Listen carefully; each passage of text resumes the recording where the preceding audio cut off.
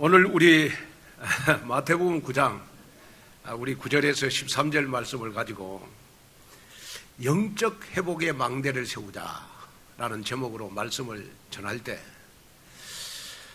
오늘 우리 본문의 마태처럼 영적인 것이 회복되어져서 예수님의 절대 제자로 망대를 세우는 그러한 귀한 시간이 됐으면 좋을 것 같습니다.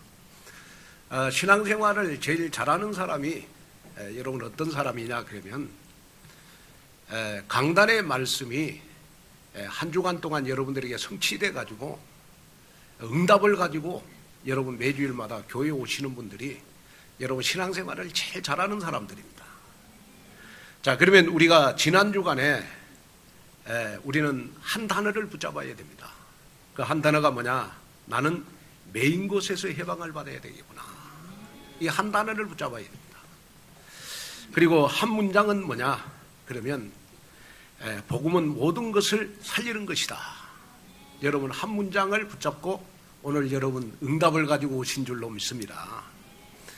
그리고 한 성경 구절은 우리 사도행전 16장 26절 이에 갑자기 큰 지진이 나서 옥토가 움직이고 문이 다 열리며 모든 사람의 매인 것이 벗겨졌다. 그래서 한 주간 동안 여러분이 옥토가 여러분을 움직이고 여러분들 막힌 문이 다 열려서 오늘 여러분 응답을 가지고 오늘 여러분 이 예배당에 오신 줄로 믿습니다. 그래서 매주일마다 여러분 응답을 보고 응답을 받고 응답을 여러분 가지고 여러분 교회로 오는 발걸음이 될 때 여러분들의 발걸음은 가장 기쁜 발걸음이 될 줄로 믿습니다. 자, 우리에게 여러분 최고의 기쁨이 뭐냐 했을 때 우리에게 최고의 기쁨은 누구에게 선택받느냐가 중요한 것입니다. 우리는 누구에게 선택을 받았냐. 자, 여러분 선택을 받는다는 것은 여러분 굉장히 기쁜 일이에요. 학생이 학급생들의 선택을 받으면 여러분 반장이 되잖아요. 굉장히 기쁜 일이죠. 또 마을 사람들이 여러분 선택을 해주면 마을의 이장이 됩니다. 굉장히 기쁜 일이죠. 또 국민의 선택을 받으면 여러분 대통령이 됩니다. 여러분 굉장히 기쁜 일 아니겠습니까? 자, 우리가 뭐 사람들에게 이렇게 우리가 선택만 받아도 기쁜 일인데 저와 여러분들은 하나님의 아들로 선택을 받았습니다. 하나님의 자녀로 선택을 받았습니다. 여러분 너무 기쁜 일 아니겠습니까? 그래서 여러분이 신앙생활하면서 정말로 여러분이 힘들고 어려울 때마다 여러분 하나님에게 감사해야 될 것은 뭐냐? 나는 하나님의 자녀로 선택을 받았구나. 그래서 하나님이 축복하는 기준은 내가 모자라고 부족해도 내가 하나님의 자녀라면 반드시 여러분들은 축복받을 여러분 권리가 있는 줄로 믿습니다. 그래서 그렇구나. 하나님은 하나님의 자녀라고 하는 이 신분 하나 가지고 하나님은 나를 축복하시는 거구나. 여러분 이걸 여러분 마음속에 담았으면 좋을 것 같습니다. 왜냐? 자, 에베소서 2장 8절에 보면 우리가 여러분 하나님의 자녀가 된 것은 내가 잘나고 똑똑해서 그런 게 아니고 다 하나님의 은혜예요. 여러분이 여기까지 온 것도 다 하나님의 은혜 아니겠습니까? 그래서 에베소서 1장 4절에 보면 하나님은 창세전에 우리를 선택을 했다. 그래서 하나님이 특별한 은혜가 뭐냐? 그러면 여러분 하나님의 자녀가 되는 순간 하나님의 자녀로 나를 놔두는 게 아니고 하나님께서 우리에게 하나님의 자녀가 되는 순간 여러분 성령을 우리에게 주셨어요. 그래서 요한복음 14장 16절을 보면 이런 말씀이 있죠.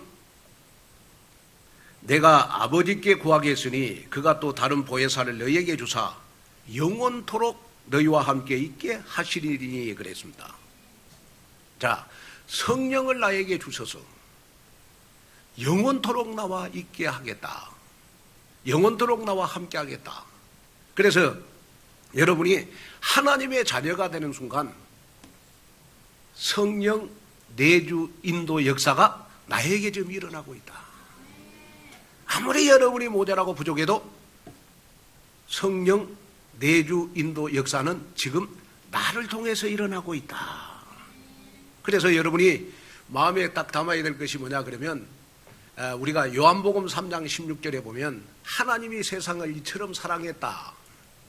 여러분, 하나님이 세상을 이처럼 사랑했다라는 말은 무슨 말이냐 그러면 하나님은 여러분들을 사랑하시되 얼마나 사랑하시느냐 그러면 하나님은 내가 나를 사랑하는 것보다 하나님은 나를 더 사랑하신다.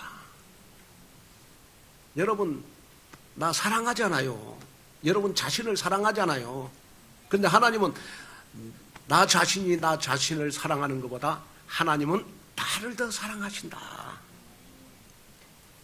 그래서 하나님의 자녀라는 신분 하나 가지고 여러분 선택을 받았고 하나님의 사랑을 받았고 하나님의 축복을 받았고 하나님의 응답을 받으신 줄로 믿습니다. 그래서 오늘 본문에 보면 우리 예수님은요 영적인 질병을 치유하기 위해서 여러분 영적 의사로 이 세상에 오셨습니다. 여러분 인생에서 가장 여러분 우리에게 시급한 것이 뭐냐 그러면 나의 영적인 회복입니다. 오늘 이 예배를 통해서 여러분 정말 흩어졌던 나의 영적인 것들이 여러분 회복되는 여러분 귀한 시간이 됐으면 좋겠습니다. 자, 그런데 왜 우리가 자꾸 이 영적 회복이 안 되냐 했을 때 여러분 다른 문제가 아니고 여러분 제 문제입니다. 제 문제. 로마서 3장 23절에 보면 모든 사람이 죄를 범하였으며 하나님의 영광에 이르지 못하더니 그랬어요. 자, 여러분 범죄한 아담의 후손으로 태어난 모든 사람은 자기 의지와 상관없이요 다 여러분 죄인의 굴레를 벗어나지 못합니다. 그래서 우리 인간에게는 여러분 제 문제가 해결하지 않으면 세 가지 저주가 계속 따라다녀요. 그 세 가지 저주가 뭐냐 그러면 일단은 하나님을 떠남으로 저와 여러분들은 저주 가운데 빠지게 됐어요. 그 다음에 제 문제가 해결 안 되면 저와 여러분들은 재앙 속에 살게 돼 있어요. 또 우리가 사단의 문제를 해결하지 않으면 우리는 늘 인생에 여러분 실패할 수밖에 없어요. 그래서 여러분 이 세 가지 저주 여러분 문제를 해결하기 위해서 여러분 예수님이 이 땅에 오셨는데 그 예수님이 바로 여러분 그리스도가 되셨다는 겁니다. 자, 그러면 우리를 구원할 여러분 그리스도는 왜 우리의 제 문제를 해결할 수가 있냐? 사람은 아무나 우리 인간의 제 문제를 해결할 수가 없어요. 그런데 그리스도만 여러분 우리의 제 문제를 해결할 수가 있잖아요. 그래서 왜 그리스도께서는 우리의 제 문제를 해결할 자격을 갖추고 있느냐 했을 때 창세기 3장 15절에 우리 그리스도만 여자의 후손이기 때문에 그렇다. 여자의 후손이기 때문에. 그리고 여러분 베드로전서 3장 18절에 보면 그리스도만 죄가 없어요. 죄가. 자, 한번 읽어보겠습니다. 우리. 그리스도께서도 단번에 죄를 위하여 죽으사 의인으로서 불의한 자를 대신하셨으니 이는 우리를 하나님 앞으로 인도하려 하심이라. 육체로는 죽임을 당하시고 영으로는 살리심을 받으셨으니. 자, 우리 예수님은 십자가에 육체적으로 죽임을 당하셨지만은 영적으로는 우리의 죄 문제를 해결했다는 겁니다. 자, 그렇다면 이 세 가지 저주를 해결하신 그리스도께서는 이 땅에 무엇을 하기 위해서 오셨냐? 우리 마태복음 9장 18절에 보면 나는 의인을 부르러 온 것이 아니고 죄인을 부르러 왔노라 그랬어요. 나는 의인을 부르러 온 것이 아니고 죄인을 부르러 왔다. 무슨 말이냐? 나는 잘난 사람, 똑똑한 사람, 완벽한 사람을 부르러 온 것이 아니고 못난 사람, 부족한 사람을 또 하나님 떠난 사람을 구원하기 위해서 이 땅에 오셨다. 여러분, 우리는 연약하고 부족한 사람들 아니겠습니까? 그러나 중요한 것은 뭐냐? 여러분, 하나님 떠나서 죄로 말미암아 사단에게 늘 속아서 살 수밖에 없는 나를 위해서 그리스도께서 이 땅에 오셨다. 그래서 오늘 이 말씀을 딱 여러분 붙잡으면서 그렇구나. 정말 내가 오늘 구원의 감격과 감사가 내 마음속에 넘치도록 내가 하나님 앞에 기도해야 되겠구나. 그래서 오늘 여러분, 모든 여러분들이 그리스도께서 우리의 세 가지 저주를 해결해 주셨기 때문에 여러분 영적 회복이 되어져서 정말로 여러분들로 통해서 치유와 회복의 증인으로 우뚝 서는 그러한 여러분들이 되시기를 여러분 주님의 이름으로 축복합니다. 자, 그러면 우리가 첫째, 우리는 복음이 절대적으로 필요한 인생들입니다. 자, 우리 오늘 마태복음 9장 9절을 한번 읽어볼까요? 예수께서 그곳을 떠나 지나가시다가 마테라 하는 사람이 세관에 앉아 있는 것을 보시고 이르시되 나를 따르라 하시니 일어나 따르니라. 자, 오늘 본문에 보니까요, 예수님께서 세리 마태를 여러분 예수님의 제자로 삼는 장면이에요. 당시 이스라엘은요, 로마 식민지 상태에 있었기 때문에 로마 정부는 이스라엘 사람들에게 효과적으로 세금을 거두기 위해서요, 이스라엘 백성들의 속 사정을 쏙쏙 잘 알고 있는 동족을 여러분 세리로 세웠습니다. 그런데 더 큰 문제는요, 이 세리들이 세금만 걷는 것이 아니고 자신들의 여러분 목까지 다 챙겼어요. 그래서 그걸 여러분 백성들이 알고부터, 이스라엘 백성들이 알고부터요, 그 당시의 세리는 여러분 민족의 반역자로, 또 피를 빨아먹는 인간들이라고, 또 유대 사회에서는요 멸시와 여러분 증오의 대상이었습니다. 이러한 세리 마태를 우리 예수님께서는 여러분 제자로 부르셨다. 제자로 부르셨다. 저는 이 세리 마태를 제자로 부르신 것을 보고 저 마음속에 딱 담는 거 있어요. 우리 예수님은 여러분 의인을 부르러 온 것이 아니고 죄인을 부르러 오셨다. 자, 이 말은 무슨 말이냐 그러면 영적 문제로 여러분 시달린 나를 우리 예수님은 제자로 부를 수 있다. 내가 부족하고 연약하고 여러분 흠이 많은 나도 예수님의 제자가 될 수가 있다. 여기에 여러분 언약을 붙잡는 그러한 여러분들이 됐으면 좋겠습니다. 자, 그래서 당시에요, 마태의 모습을 보면 마치 예수님이 이 마태를 여러분 제자로 여러분 부르시기로 다 작정을 하신 것 같습니다. 그 당시에 여러분 마태는요 세리였기 때문에 경제적으로는 여러분 풍족한 생활을 할 수 있었어요. 그러나 더 중요한 것은 뭐냐 그러면 동족들에게 여러분 반역자로, 또 이 동족들에게는요 여러분 많은 모욕을 당했습니다. 그런데 이 마태는 동족들에게는 많은 모욕을 당했지만은 마태의 마음속에는 늘 기쁨과 늘 행복과 여러분 평안이 있었어요. 그 평안이 뭐냐 그러면 동족들은 나를 반역자로 취급을 하지만 나는 예수님의 제자가 됐구나. 나는 예수님의 제자가 됐구나. 여러분 여기에 이 마태는 기쁨이 있었고 행복이 있었고 여러분 마음에 평안함이 있었다.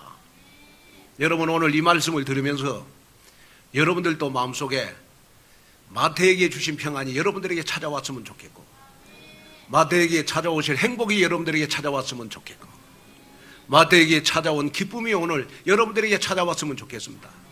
목사님, 나는 연약한데요, 나는 부족한데요, 나는 정말 가진 것 없는데요, 나는 지금 사글세 사시는데요. 목사님, 아무 걱정하지 마세요. 내가 못하고 부족해도 여러분이 오늘 나는 예수님의 절대제자가 되어야 되겠구나. 여기에 대한 여러분 언약을 붙잡고 있으면 여러분 시간이 지나면 지날수록 여러분들 마음속에 마태에게 찾아온 평안이, 기쁨이, 여러분 행복이 나의 것이 될 줄로 믿습니다. 여기에 여러분 큰 응답과 여러분 역사가 있기를 축원합니다. 자, 그런데 오늘 우리가 10절을 보면요, 그래서 마태는 여러분 자기가 예수님의 절대 제자가 됐다고 하는 이 언약 하나를 붙잡고 너무 기뻐갖고 10절에 보니까 집에서 여러분 잔치를 베풀었어. 어디 내가 절대 제자라고 다른 사람 밥 산 사람 손 한번 들어보세요.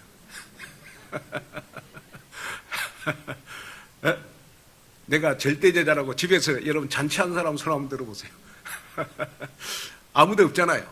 그런데 마태는요, 자기가 예수님의 절대 제자가 됐다는 이 기쁨과 감격을 자기만 갖고 싶지가 않았어요. 내 아는 사람들을 초청해가지고 집에서 잔치를 하면서 여러분 그들과 함께 여러분 나누기를 원했어요. 여기에는 여러분 큰 영적 의미가 있는 줄로 믿습니다. 무슨 의미냐 그러면 여러분이 하나님의 자녀라고 하는 구원의 감격과 감사가 넘치면 그 구원의 감격과 감사를 나만 가지고 있으면 안 돼요. 내 주위에 있는 사람들과 함께 나누어야 돼. 내 주위에 있는 사람들과 함께 나누어야 돼. 여러분이 응답받는 것을 나만 갖고 있으면 안 된다. 여러분 내 주위에 있는 사람들과 함께 나누는 여러분 귀한 역사가 일어났으면 좋겠다. 왜냐? 여러분 불신자 한 명이 여러분 구원을 받으면요, 불신자 한 명 뒤에는 어마어마한 황금어장이 딱 감춰져 있어. 그래서 오늘 이 말씀을 들으면서 그렇구나. 내가 이전까지는 완전 사각지대고 여러분 재앙지대였던 내 주위에 있는 사람들을 내가 절대 제자가 됐다고 하는 이 기쁨과 감격을 나만 가지고 있으면 안 되고, 또 구원의 감격과 기쁨을 나만 가지고 있으면 안 되고, 우리 내 가까운 사람들과 함께 나누는 시간이 됐으면 좋겠다.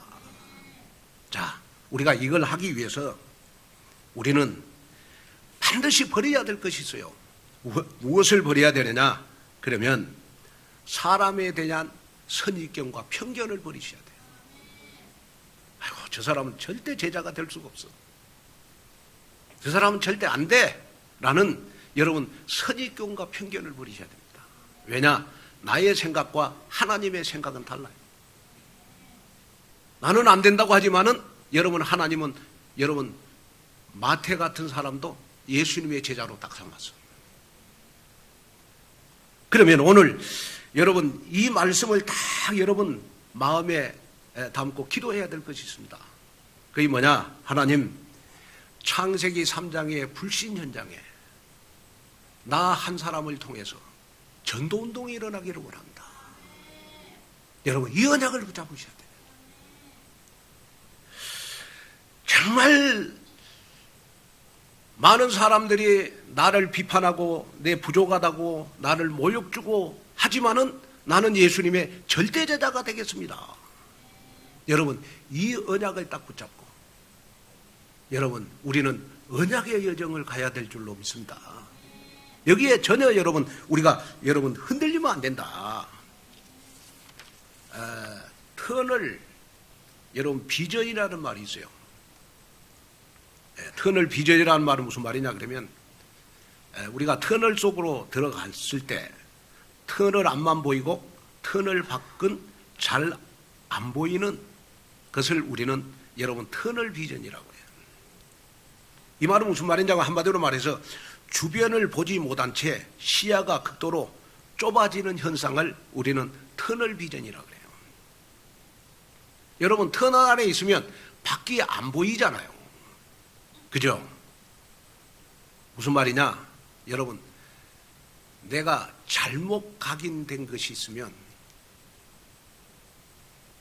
여러분 내 주위에 죽어가는 영혼들이 안 보이는 거예요. 그래서 여러분이 신앙생활을 할 때요 꼭 담아야 될 것이 뭐냐 그러면 우리는 내 생각 속에 각인되는 대로 응답을 받고 각인되는 대로 나의 삶을 살아요. 예를 들어서 내가 여러분 불신앙이 딱 각인됐다 그러면 계속 불신앙의 응답을 받고, 또 여러분이 염려하고 여러분 찾고 여러분 근심하면 염려하고 근심하는 응답을 계속 받는 거예요. 그러나 여러분들의 생각 속에 나는 절대 제자다 이거 딱 각인되면 계속해서 여러분 제자의 응답을 받는 역사가 일어난다. 또 우리가 각인된 것만큼 우리는 여러분 삶을 살아요. 복음이 모든 것이다. 이거 있다 각인된 사람은요, 복음을 누리는 삶을 살 수 있는 거예요. 내가 절대 제자다.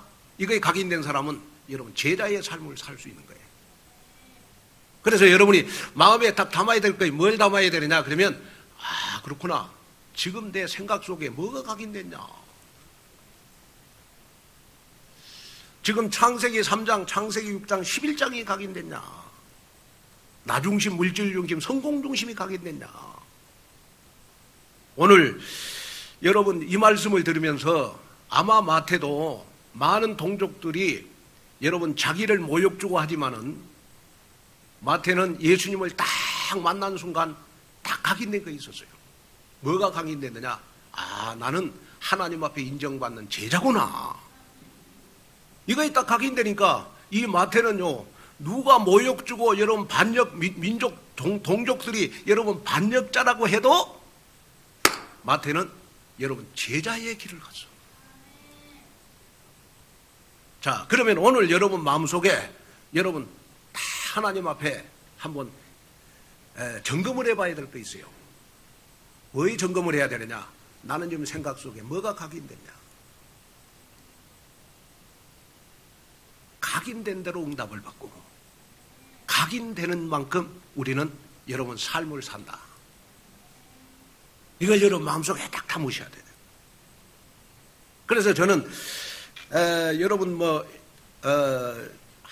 항상 목회를 하면서 하나님 내 생각 속에 정말 세계복음화 할 2, 3, 7, 5천 종족을 살릴 전도운동이 각인되기를 원합니다.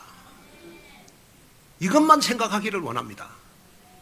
다른 거 생각하지 않고 오직 내 생각 속에 그리스도의 일만 각인되기를 원합니다.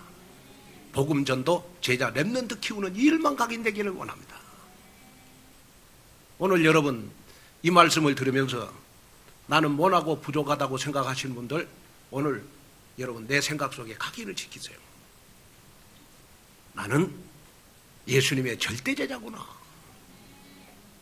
그래야 여러분들의 삶에 절대 제자의 삶을 살 수 있어요. 오늘 이 응답이 여러분들에게 일어나서 여러분 우리는 빨리 터널 비전에서, 영적 터널 비전에서 우리는 빨리 빠져나와야 됩니다. 그 빠져나올 방법이 뭐냐 그러면 내 생각 속에 여러분 잘못 각인된 것을 뜯어내야 돼요. 잘못 각인된 걸 뜯어내야 된다니까 진짜. 저는 여러분들이 정말로 행복했으면 좋겠어요. 그러면 여러분들이 정말로 삶 속에 여러분 행복하기 위해서는요, 늘 여러분 내 생각 속에 복음이 모든 것이다. 그러면서 복음을 누리는 생각을 항상 하셔야 돼요. 그래야 행복한 여러분 삶을 살 수 있어. 여기에 여러분 큰 응답을 받아가지고 혹시 여러분이 영적 침체에 영적 터널을 건너고 있다면 오늘 이 한 시간도 나의 영적인 회복을 해서 또 영적 회복의 망대를 세워서 정말 이번 한 주간 여러분들 인생의 최고의 언약을 붙잡는 절대 제자 속으로 들어가는 여러분 되시기를 주 예수 그리스도 이름으로 축복합니다. 자, 그 다음에 이제 우리가 둘째로 나의 영적 회복자 그 예수가 그리스도십니다. 자, 우리 마태복음 9장 10절 11절을 보겠습니다. 예수께서 마태의 집에서 앉아 음식을 잡수실 때 많은 세리와 죄인들이 와서 예수와 그의 제자들과 함께 앉았더니 바리새인들이 보고 그의 제자들에게 이르되 어찌하여 너희 선생은 세리와 죄인들과 함께 잡수시느냐. 자, 이 말씀은 무슨 말씀이냐 그러면 여러분 마태가 예수님을 만난 것이 여러분 너무 기쁜 나머지 잔치를 베풀고 있는데 그 잔치를 여러분 별로 기쁘게 여기지 않는 사람들이 있었어요. 그 사람들이 누구냐 그러면 바리새인들이에요. 바리새인들. 그러면서 이 바리새인들이요 여러분 예수님의 제자들에게 아니 어찌하여 너희 선생은 세리와 죄인들과 함께 먹고 마실 수 있느냐? 여러분 이렇게 따졌어요. 유대인들은요, 그 당시에 풍습이 어떤 풍습이냐 그러면 죄인들과 교제하거나 접촉하면 여러분 죄가 감련된다고 생각했어요.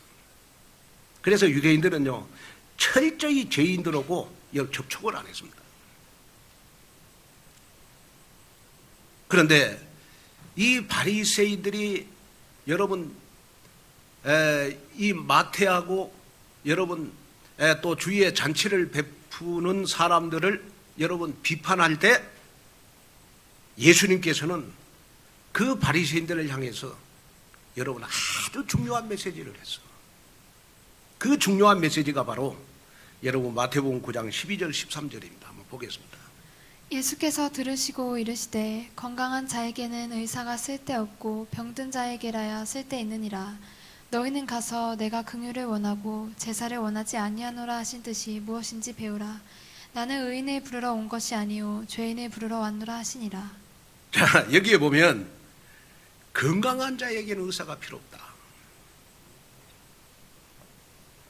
너희는 가서 긍휼을 원하고 제사를 원하지 않는다. 의인을 부르러 온 것이 아니고 죄인을 부르러 왔다. 자, 우리 예수님이 이 땅에 오신 이유가 분명하게 밝혀지고 있어요. 병든 자에게 의사가 필요하듯이 여러분 영적으로 병든 우리를 치유하고 새로운 삶으로 인도하는 영적 의사가 바로 그 예수가 그리스도다. 그래서 모든 종교는 잘못하면 여러분 이렇게 하라 저렇게 하라 하면서 여러분 인간적인 행위를 강조를 해요. 그러나 복음은 여러분 우리 예수님의 십자가의 보혈로 다 용서해 주는 겁니다.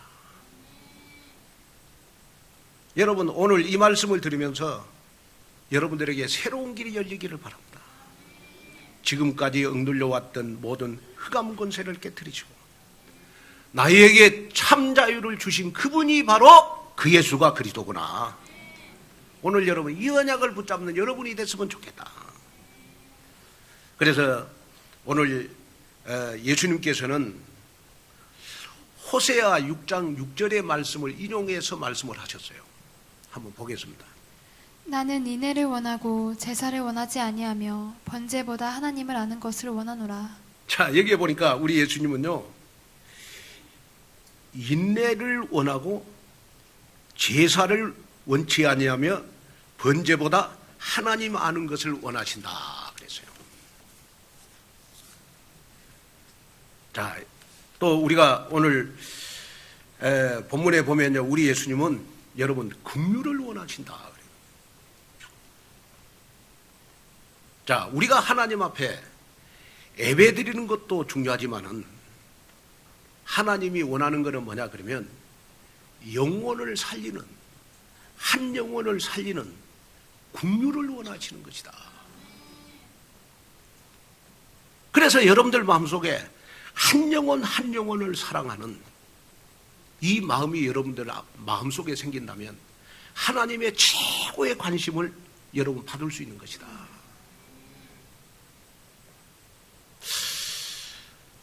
우리가 하나님 앞에 예배 드리는 것보다 하나님은 인애를 원하고 여러분 한 영혼 사랑하는 긍휼을 원하시는 것이다. 여러분이 이번 한 주간 정말 여러분들 주위에 있는 사람들 한 영혼 한 영혼을 위해서 기도해서 그 영혼들이 살아날 때 여러분들로 말미암아 여러분 교회에 치유와 회복이 일어날 것이다. 여기에 응답을 받는 그러한 여러분들이 됐으면 좋을 것 같습니다. 저는 오늘 본문에 이렇게 마태를 보면서요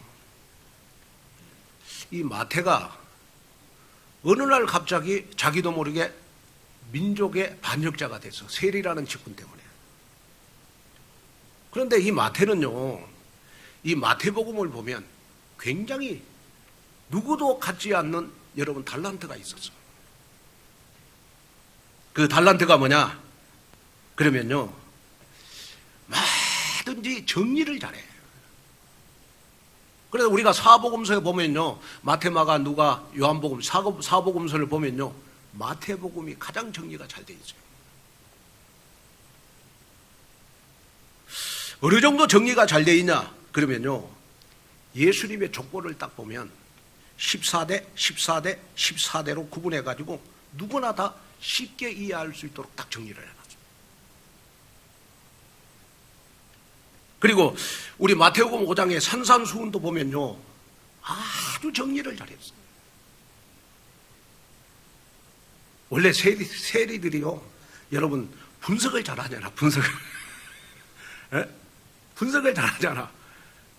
이 마태가요 너무 분석을 잘하고 여러분 체계적으로 정리를 잘해. 이 마태복음을 딱 보면서 저는 진짜 정리를 잘했다. 무슨 말이냐?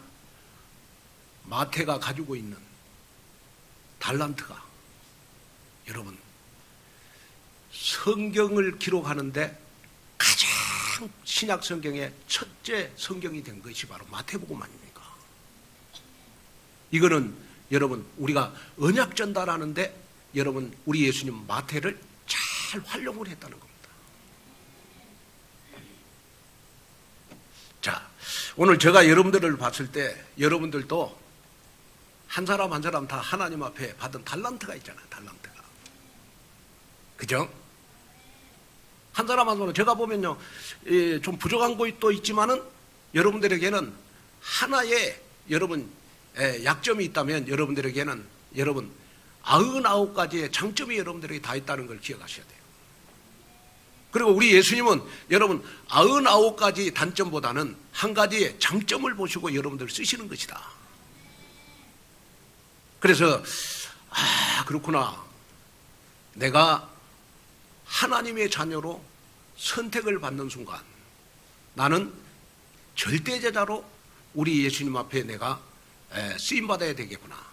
그러면 나는 어떻게 내가 하나님께 또 우리 예수님께 이 제자의 길을 갈 수 있을까 생각했을 때 내가 가지고 있는 달란트를 가지고 우리 예수님의 일을 하시면 되겠다.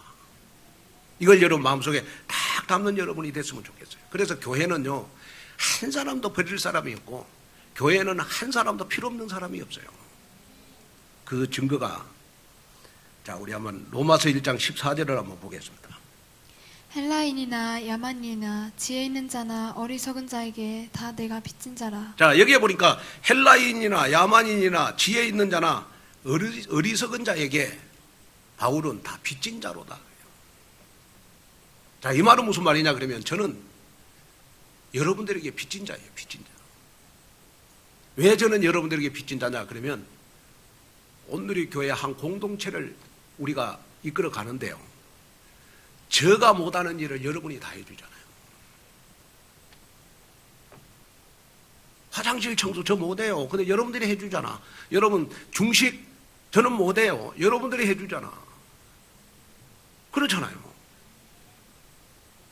우리가 오늘의 교회 공동체 여러분 제자 공동체 안에서 여러분이 가져야 될 믿음이 뭐냐 그러면 오늘의 교회 성도들 한 사람 한 사람이 너무 귀중하고 소중하구나.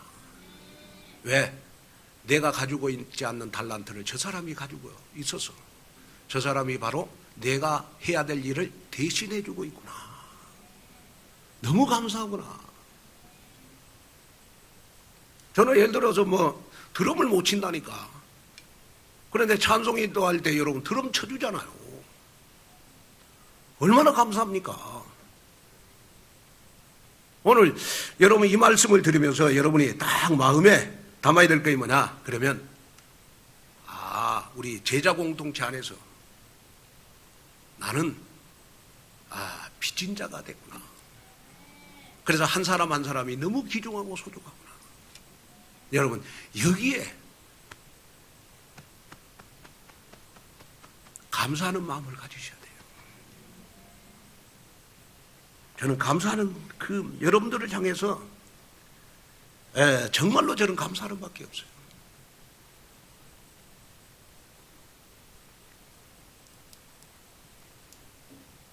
여러분들이 제가 못하는 일을 온누리교회에서 대신해 줄 때 너무너무 감사한 거예요. 너무너무 감사하잖아요.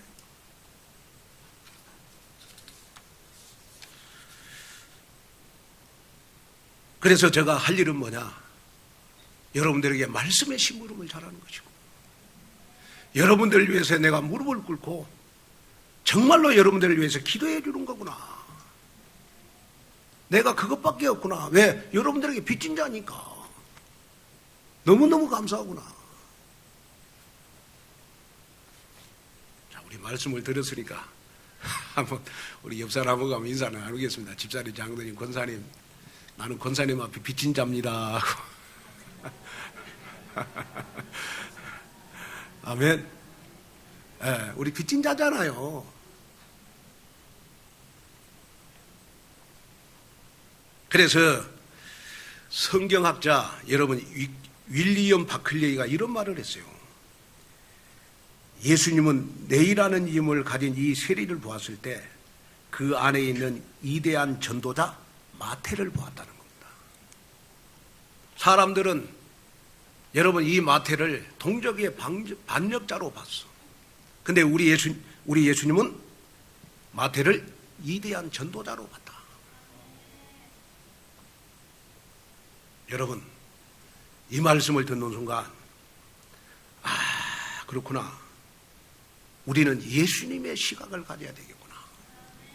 복음의 시각을 가져야 되겠구나. 그래서 고린도후서 5장 17절 21절에 보면 우리는 누구든지 그리스도 안에 있으면 새로운 피조물로 내가 변화를 받았구나. 그래서 내가 아무리 모자라고 부족하고 과거에 내가 정말 어떤 직업을 가지고 있을지라도 하나님의 자녀가 되는 순간 하나님은 나를 제자로 부르셨구나. 그래서 여러분 딱 각인시켜야 될 거, 아, 나는 예수님의 절대 제자구나. 그래서 우리 온누리교회는 다 여러분 제자의 공동체의 삶을 사는 여러분이 되시기를 축원합니다. 그래서 영적 회복의 망대를 세워가는 귀한 축복 속으로 들어가시기를 주 예수 그리스도 이름으로 축복합니다. 자, 결론으로 말씀을 마치려고 합니다. 여러분, 모소라는 대나무가 있어요. 그런데 이 모소라고 하는 이 대나무는요, 중국이나 여러분 극동아시아에서 자랍니다. 그런데 이 대나무는 심겨진 때부터요, 처음 5년 동안은요, 절대로 성장을 안 해. 절대로 5년 동안 아예 움도 안 터, 땅에서. 그런데 5년이 딱 지나면요, 하루에 여러분 5cm가 자라. 그래가지고 6주 동안 이 대나무가 3m가 돼, 3m가. 이거 마술이 아닙니다. 그런데 이 모소 대나무의 빠른 성장은요, 5년 동안 땅 속에 뿌리를 깊이 내렸기 때문에 5년이 지나면 그렇게 빠른 성장을 한대. 무슨 말이냐? 그러면 여러분, 내가 믿음이 안 자라고 내가 연약해 보여도 여러분이 복음 속에 있고 한 단어 한 문장 한 성경 구절을 붙잡고 기도한다면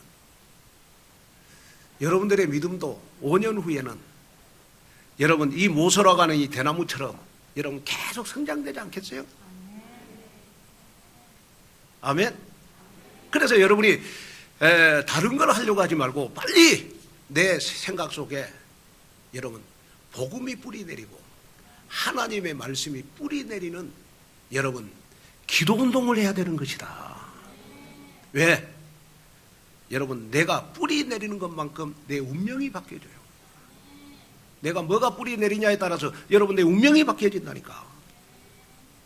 그래서 저는 여러분들에게 꼭 부탁합니다. 이번 한 주간 여러분 지난 5년 동안 여러분 뿌리 내렸던 하나님의 말씀 성취가 이번 한 주간 여러분들에게 여러분 열매를 맺는 한 주간 됐으면 좋겠다.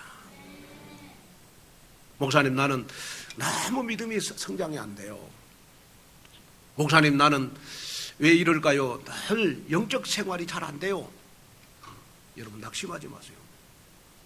여러분이 온누리교회 와서 복음을 듣고 여러분이 한 문장 한 단어 한 성경 구절 붙잡고 여러분이 기도하면 여러분 반드시 여러분들에게 열매를 맺는 역사가 일어난다. 그걸 여러분 마음속에 담는 그러한 여러분들이 일어나서 빠른 영적 성장이 여러분 이번 주부터 일어나기를 여러분 주님의 이름으로 축원을 드립니다.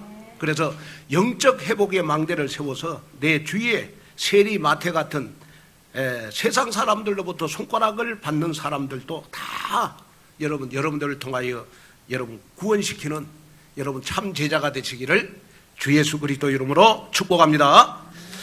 기도하겠습니다. 하나님 아버지, 하나님의 귀한 은혜와 하나님의 귀한 축복과 하나님의 귀한 은혜를 우리 아버지 하나님 고맙고 감사함을 드립니다. 정말 오늘 귀한 말씀을 듣고 영적 회복의 망대를 세우게 하여 주옵소서. 정말 영적 회복의 망대를 세워서 하나님 내 생각 속에 하나님 각인시킬 것을 각인시켜서 각인되는 대로 응답을 받는 줄로 믿습니다.